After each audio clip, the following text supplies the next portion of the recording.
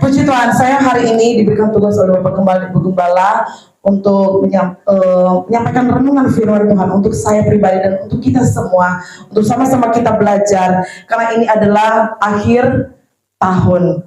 Tanggal 29 ini adalah akhir tahun, adalah satu motivasi kita untuk bagaimana kita tahun depan kemudian membuat kita semakin kuat di dalam Tuhan. Amin. Apapun yang terjadi dalam kehidupan kita sepanjang tahun 2024, saya yakin percaya kita tetap kuat dan kita akan tetap seperti khotbah Ibu Gembala kemarin mengatakan, jangan khawatir. Amin. Hal kita buka Alkitab kita yang terdapat di dalam ayat ini, saya sudah pernah sampaikan di judul 1 Petrus pasal yang keempat. Tema firman Tuhan pada saat siang hari ini adalah jangan gampang menyerah dalam berdoa. Amin. 1 Petrus pasal yang keempat ayatnya yang ke-7. 1 Petrus pasal yang keempat ayat yang ke-7, demikian firman Tuhan. Perikopnya, hidup orang Kristen. Ayat 7. Kesudahan segala sesuatu sudah dekat.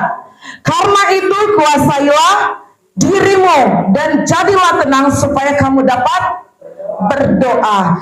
Doa harus menjadi gaya hidup dalam setiap kehidupan kita. Amin. Apalagi kita akan melangkah yang namanya 2025. Sekalipun dunia mengatakan akan menjadi lebih kejam daripada 2024. Dan seperti kemarin ada isu-isu tahun akhir 2024 bulan Desember akan ada pandemi lagi. Puji Tuhan, ketika kita berdoa, Tuhan tetap tolong. Amin. Tuhan tetap tolong. Haleluya. Tuhan tetap tolong setiap kita yang selalu berseru kepada Tuhan. Maka dari itu tema saya, jangan gampang menyerah dalam berdoa. Amin. Rasul Petrus mengingatkan segala sesuatu itu sudah dekat. Artinya, kita di penghujung zaman. Bukan hanya di penghujung akhir tahun, tapi kita saat ini, kita berada di penghujung zaman. Amin. Saat ini orang-orang, kalau kita melihat bagaimana banyak sekali orang-orang yang tidak mengenal akan Tuhan, yang mau mereka maunya memikirkan diri sendiri, tidak memikirkan orang lain. Makanya banyak berita-berita mengatakan ada anak membunuh orang tuanya, ada orang tua memperkosa anaknya. Banyak sekali berita-berita yang sangat ironis yang memotivasi kita agar supaya apa? Kita jangan gampang menyerah dalam kita berdoa. Jangan berhenti berdoa agar supaya apa? Kita sebagai anak-anak Tuhan yang dikenal oleh Tuhan, yang tahu bagaimana kita selalu berhubungan dengan Tuhan, selalu ada kontak dengan Tuhan, ada komunikasi dengan Tuhan. Kita tidak akan berada di dalam area yang sangat-sangat tragis, di area yang namanya antikristus itu datang. Amin. Tapi melainkan kita para saleh-salehnya diangkat oleh Tuhan. Haleluya. Doa harus menjadi gaya hidup kita, karena kehidupan sehari-hari harus yang namanya berdoa. Bukan waktu ketika kita berdoa, bukan ketika kita dalam keadaan yang terhimpit, bukan dalam keadaan kita yang namanya sudah di ujung, sudah di yang namanya saya udah nggak tahan nih, jadi barulah saya mau berdoa. Tidak, tapi dalam keadaan apapun kita, dalam situasi apapun kita harus kita berdoa. Karena apa? Manusia banyak kali maunya, berdoa jarang, tapi banyak maunya. Tuhan saya mau ini, Tuhan saya mau itu, tapi Tuhan bilang, lu aja nggak kasih tahu gue, lu aja nggak berdoa, lu aja nggak minta. Tuhan aku mau ini, Tuhan mau itu. Banyak mintanya gitu, tapi nggak mau bergumul, nggak mau yang namanya pikul salib, nggak mau yang namanya berkorban waktu. Membangun mezbah itu sangat penting. Amin. Membangun mezbah dalam kehidupan kita sehari-hari itu sangat penting. Mezbah itu bukan hanya di dalam gereja, altar, bukan, tetapi di dalam apapun dan dimanapun kita harus mempunyai kontak kita dengan Tuhan, harus mempunyai komunikasi, harus mempunyai kan kita ini kan anak Tuhan nih. Bagaimana cara kita untuk menyampaikan hal sesuatu kepada orang tua kita? Amin. Bagaimana kita menyampaikan keinginan kita kepada orang tua kita? Aku mau ini nih, Mami, aku mau ini nih papi. Benar apa betul? Ketika kita juga mempunyai anak, ketika anak kita sudah merengek-rengek, tidak mungkin kita membiarkan. Tidak mungkin mereka meminta roti, kita kasih ular. Tetapi melainkan anak kita minta roti, ya kita kasih roti. Amin. Haleluya. Kehidupan sehari kita harus berdoa, karena kita sudah ada di dalam area penghujung zaman. Alasan mengapa kita harus berdoa, karena doa adalah hal utama dalam setiap kehidupan kita. Amin. Pemazmur 1 Tawarik pasal yang ke-16 ayatnya yang ke-11 dan Mazmur 105 ayat 4 mengatakan, carilah Tuhan, carilah wajahnya, maka dari situ kita mendapatkan kekuatannya. Kita buka 1 Tawarik 16 ayatnya yang ke-11. Dikatakan di sana begini, demikian firman Tuhan, carilah Tuhan dan kekuatannya, carilah wajahnya selalu. Dikatakan di sini adalah selalu, dan kita melihat di ayat ini ada tanda seru. Carilah wajahnya selalu, carilah Tuhan selalu, all the time. Amin. Setiap waktu kita mengawali hari kita harus dengan berdoa, saudara. Amin. Harus kita berdoa agar supaya apa? Jangan kita sebagai manusia, Tuhan kok begini, Tuhan begini, sedangkan kita sendiri aja tidak mau berdoa kepada Tuhan. Kita tidak mau bagaimana bergumul dalam Tuhan. Kita tidak mau yang namanya menyampaikan sesuatu hal yang maunya kehendak Tuhan, maunya kehendak kita aja. Tapi kehendak Tuhan dalam setiap kehidupan kita tidak mau. Melainkan saat ini kita menjadi terutama dalam kehidupan kita adalah cari wajahnya Tuhan. Amin. Kita harus bisa memberikan komunikasi terus dengan Tuhan. Karena dari doa kita mendapatkan kekuatan. Carilah Tuhan dan kekuatannya. Tuhanlah yang memberikan kita kekuatan. Amin. Dalam keadaan apapun kita, Tuhan memberikan kita kekuatan, saudara. Dan poinnya, dan di dalam Nabi Yesaya, pasal yang ke-55, dikatakan di sana begini. Pasal 55 ayatnya yang ke-6 dikatakan begini, carilah Tuhan selama ia berkenan ditemui, berserulah kepadanya selama ia dekat. Kita perhatikan ada tanda seru lagi. Baiklah orang fasik meninggalkan jalannya dan orang jahat meninggalkan rancangannya. Baiklah ia kembali kepada Tuhan, maka dia akan mengasihi haninya. Dia ini adalah dia huruf besar. Dan kepada Allah kita, sebab ia memberi pengampunan dengan limpahnya. Saudara-saudara, dalam kita berdoa kepada Tuhan akan ada pengampunan. Amin.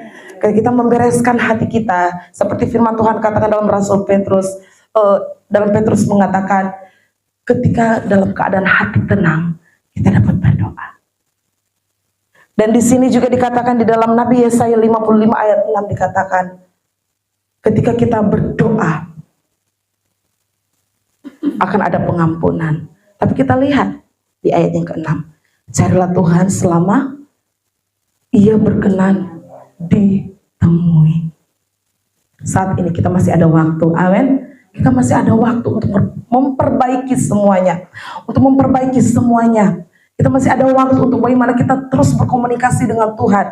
Kita masih ada waktu untuk bagaimana kita menyampaikan semua, curhat semuanya kepada Tuhan. Jangan curhat kepada orang yang salah, amin. Tapi melainkan bagaimana semua keluh kesah kita, pergumulan kita serahkan ke dalam tangan kasih Tuhan, amin.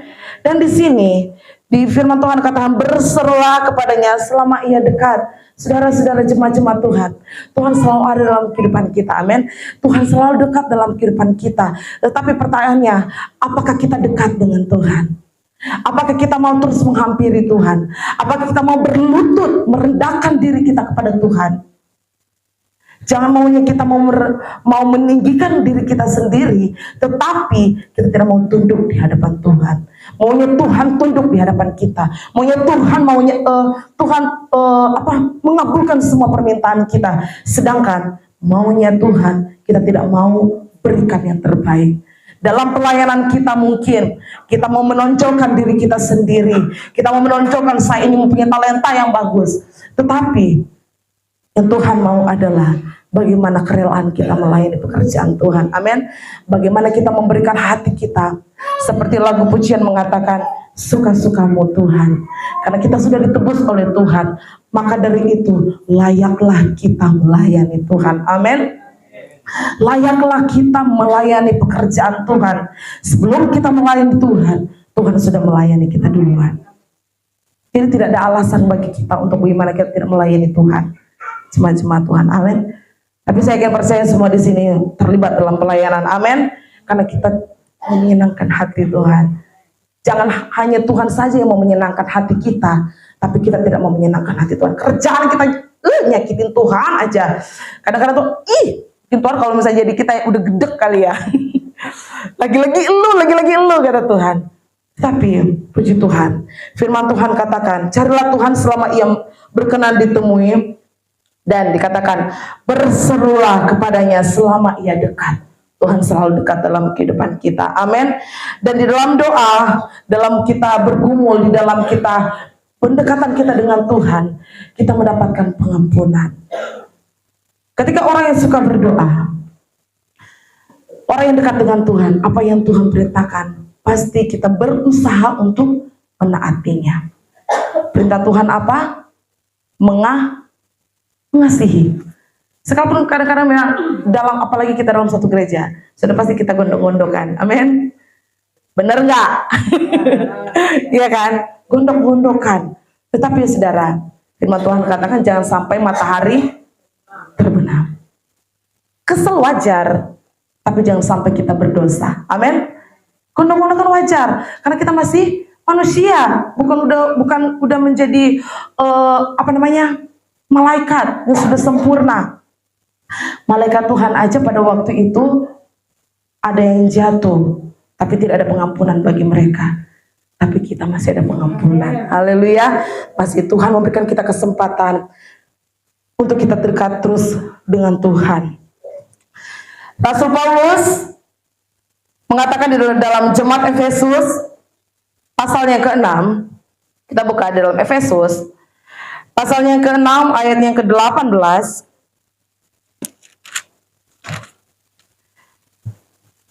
Dikatakan di sana begini, dalam segala doa dan permohonan berdoalah setiap waktu di dalam roh dan berjaga-jagalah di dalam doamu itu dengan permohonan yang tak putus-putusnya untuk segala orang kudus. Jadi saudara, makanya firman Tuhan, tema saya pada saat hari ini adalah jangan gampang menyerah dalam berdoa. Amin.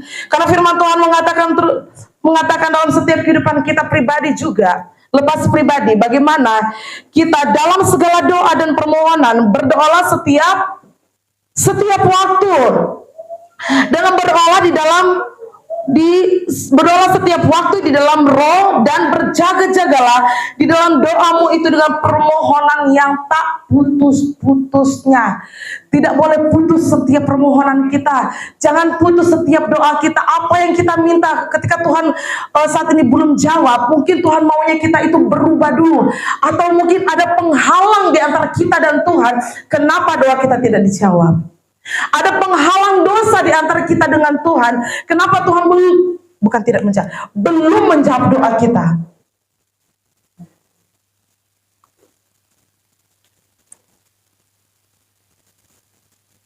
Setiap kita pasti banyak pergumulan, amin. Setiap kita punya yang namanya pergumulan itu ada. Permasalahan itu ada. Yang gak ada masalah itu hanya orang mati. Kita yang masih hidup, masih ada pergumulan. Tetapi yang Tuhan mau dalam kehidupan kita, menaikkan setiap doa kita tak putus-putus. Dan kita berdoa kepada Tuhan dalam roh. Karena kita adalah umat-umat pilihan Tuhan. Katakan amin.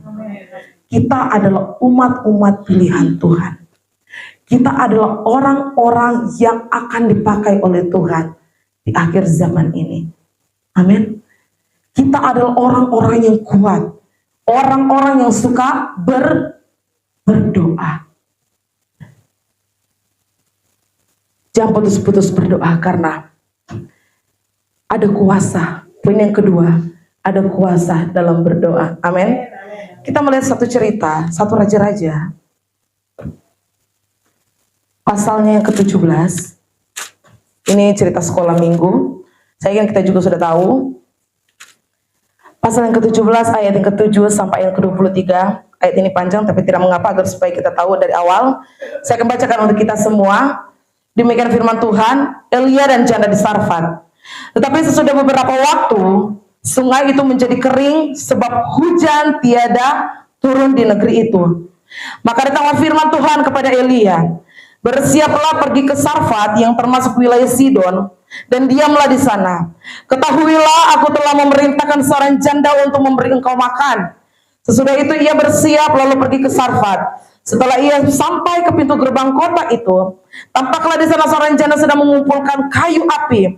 Ia berseru kepada perempuan itu, katanya, cobalah ambil bagiku sedikit air dalam kendi supaya aku minum. Ketika perempuan itu pergi mengambilnya, ia berseru lagi, cobalah ambil juga bagiku sepotong roti. Kata Elia. Perempuan itu menjawab, demi Tuhan Allahmu yang hidup, sesungguhnya tiada roti padaku sedikit pun, kecuali segenggam tepung dalam tempayan dan sedikit minyak dalam buli-buli. Dan sekarang aku sedang mengumpulkan 2-3 potong kayu api, kemudian aku mau pulang dan mengolahnya bagiku dan bagi anakku. Dan setelah kami memakannya, maka kami akan mati. Tetapi Elia berkata kepadanya, janganlah takut. Pulanglah, buatlah seperti yang kau katakan, tetapi buatlah lebih dari dahulu bagiku sepotong roti bundar kecil daripadanya, dan bawalah kepadaku, kemudian barulah kau buat bagimu dan bagi anakmu. Ayat 14, sebab beginilah firman Tuhan Allah Israel, tepung dalam tempayan itu tidak akan habis, dan minyak dalam buli-buli itu pun tidak akan berkurang sampai pada waktu Tuhan memberi hujan ke atas muka bumi. Lalu pergilah perempuan itu dan berbuat seperti apa yang dikatakan Elia. Maka perempuan itu dan dia serta anak perempuan itu mendapat makan beberapa waktu lamanya. Tepung dalam tempayan itu tidak habis, kuasa Tuhan. Amin. Dan minyak dalam buli-buli itu tidak berkurang, seperti firman Tuhan yang diucapkannya dengan perantaraan Elia. Sesudah itu anak dari perempuan pemilik rumah itu jatuh sakit, dan sakitnya itu sangat keras sampai tidak ada nafasnya lagi. Kata perempuan itu kepada Elia, apakah maksudmu datang kemari, ya abdi Allah? Singgahkah engkau kepadaku untuk mengingatkan kesalahanku dan untuk menyebabkan anakku mati? Kata Elia kepadanya, berikanlah anakmu itu kepadaku. Elia mengambilnya dari pangkuan perempuan itu dan membawanya naik ke kamarnya di atas dan membaringkan anak itu di tempat tidurnya. Sesudah itu ia berseru kepada Tuhan, katanya, ya Tuhan Allahku, apakah engkau menimpakan kemalangan ini atas janda ini juga, yang menerima aku sebagai penumpang dengan membunuh anaknya? Lalu ia mengujurkan badannya di atas anak itu 3 kali dan berseru kepada Tuhan, katanya, ya Tuhan Allahku, pulangkanlah kiranya nyawa anak ini ke dalam tubuhnya. Tuhan mendengarkan permintaan Elia itu, dan nyawa anak itu pulang ke dalam tubuhnya sehingga ia hidup kembali. Sampai di situ saja kita melihat ini sangat-sangat mustahil.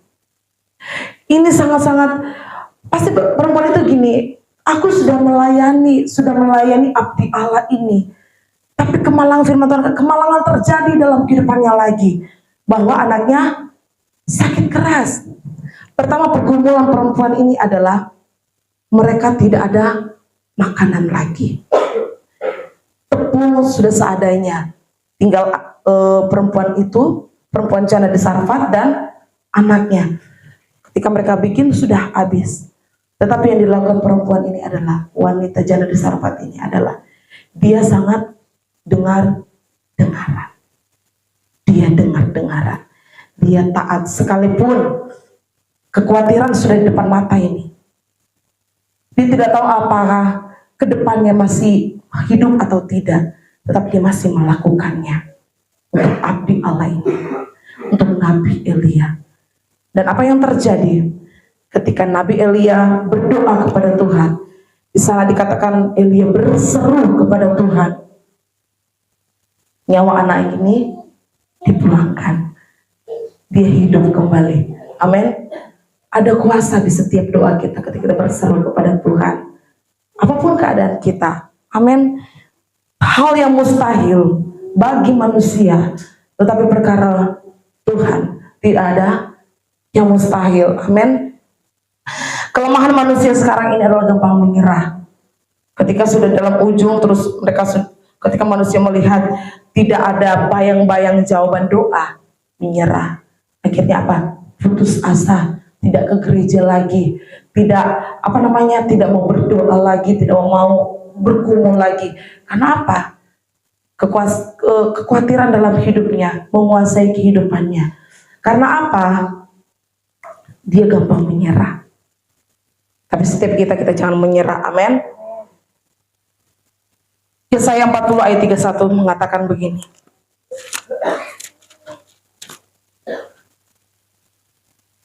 Demikian firman Tuhan. Tetapi orang-orang yang menanti-nantikan Tuhan mendapat kekuatan baru. Katakan amin. Mereka seumpama raja wali yang naik terbang dengan kekuatan sayapnya. Mereka berlari dan tidak menjadi lesu. Mereka berjalan dan tidak menjadi lelah. Ilustrasi burung raja wali, kita tahu ya, semakin ada badai, semakin dia naik, semakin tinggi. Semakin kita tinggi, semakin ada badai. Tetapi tidak menjadi satu motivasi kita untuk menyerah. Amin. Kita seperti burung raja wali. Walaupun badai menerpa dia tidak menyerah. Melainkan dia tetap menerobos. Setiap kehidupan kita harus ada terobosan dalam setiap kehidupan kita. Amin. Harus ada terobosan, planning ke depannya itu seperti apa. Maka dari itu jangan berhenti berdoa. Haleluya. Jangan berhenti berdoa. Nyalakan roh itu dalam setiap kehidupan kita. Firman Tuhan katakan tadi bagaimana jangan putus-putus berdoa. Biarlah kita berdoa itu dengan roh. Amin. Harus dengan roh. Membangun mesbah dengan Tuhan. Berkomunikasi terus dengan Tuhan. Setiap waktu tak putus-putusnya kita sampaikan, kita naikkan doa kita kepada Tuhan. Dan saudara, jangan menjadikan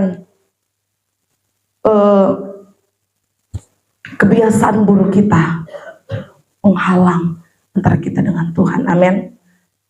Karena itulah seperti yang firman Tuhan tadi mengatakan bagaimana Tuhan saat ini masih berkenan kita temui. Selama ia berkenan, saat ini dia masih berkenan untuk bagaimana kita terus tetap mencari wajahnya, mendapatkan kekuatan baru daripada Tuhan.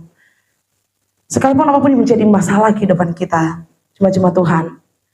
Tuhan tidak akan membiarkan kita. Amin. Raja Daud,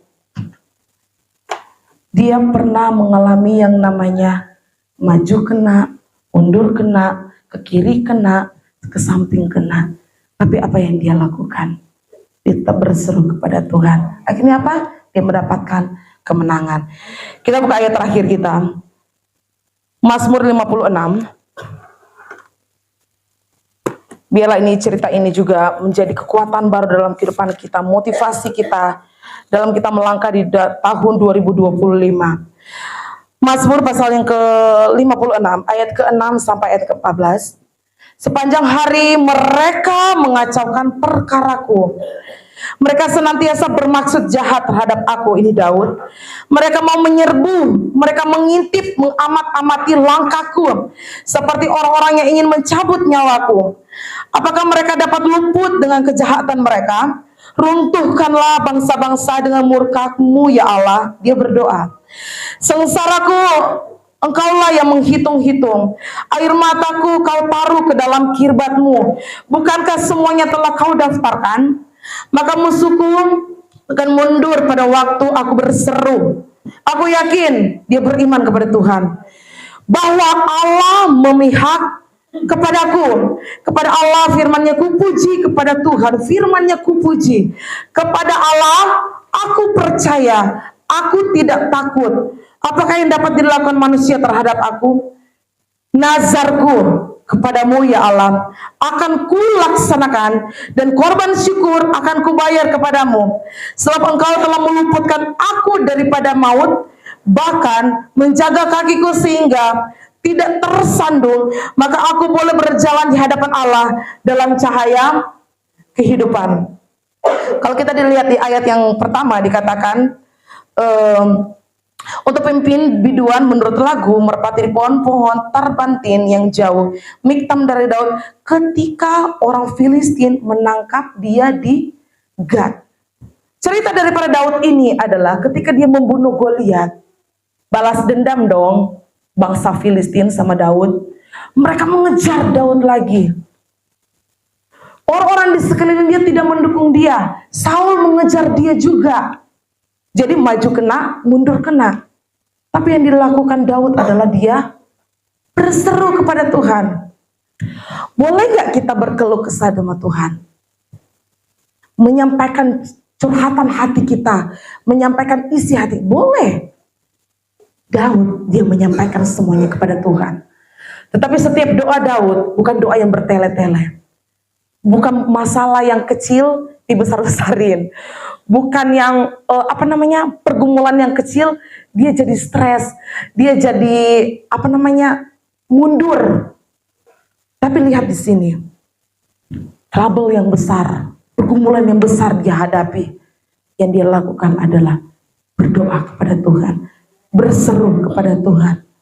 Karena firman Tuhan katakan, dia katakan begini, kepada Allah aku percaya, aku tidak takut. Menjadi motivasi dalam setiap kehidupan kita jemaat-jemaat Tuhan untuk bagaimana kita menjalani tahun 2025. Kita jangan takut, amin. Karena Tuhan beserta kita, Tuhan menyertai kehidupan kita. Maka dari itu Tuhan mengingatkan lagi, firman Tuhan mengingatkan lagi untuk kita tidak putus-putus berdoa. Haleluya. Karena setiap doa dengan kehendak Allah akan dijawab indah pada waktunya. Sekalipun kadangkala sudah mentok, yakin percaya Tuhan tidak akan meninggalkan kita. Tuhan tidak akan meninggalkan kita. Raja Daud, dia sudah diambang kematian, tapi Tuhan tetap menolong dia. Kenapa? Dia beriman terus kepada Tuhan. Dalam setiap langkah dia berseru kepada Tuhan. Dia menaikkan setiap pujian kepada Tuhan. Dia menaikkan setiap penyembahan dia kepada Tuhan. Karena dia mengatakan di Mazmur 23, Tuhan adalah gembalaku, takkan kekurangan aku.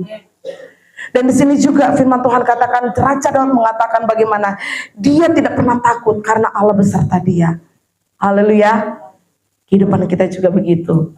Tuhan menyertai kehidupan kita, amin.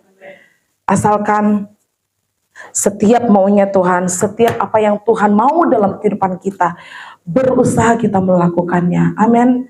Ini adalah penghujung akhir zaman. Tidak ada lagi bagaimana waktu untuk bagaimana kita berleha-leha. Tidak ada lagi waktu untuk bagaimana kita tidak berdoa, tidak menaikkan setiap komunikasi kita kepada Tuhan, tidak menaikkan setiap seruan doa kita kepada Tuhan. Saya sudah melihat bagaimana jawaban doa dari kehidupan saya pribadi, kehidupan keluarga kami. Tuhan menjawab doa itu indah pada waktunya. Sekalipun pergumulan itu sangat lama, tetapi Tuhan menjawabnya pada waktunya. Bukan pada waktu kita, tetapi pada waktunya Tuhan. Amin. Penyertaan Tuhan sempurna dalam setiap kehidupan kita. Haleluya. Saya undang untuk kita semua bangkit berdiri.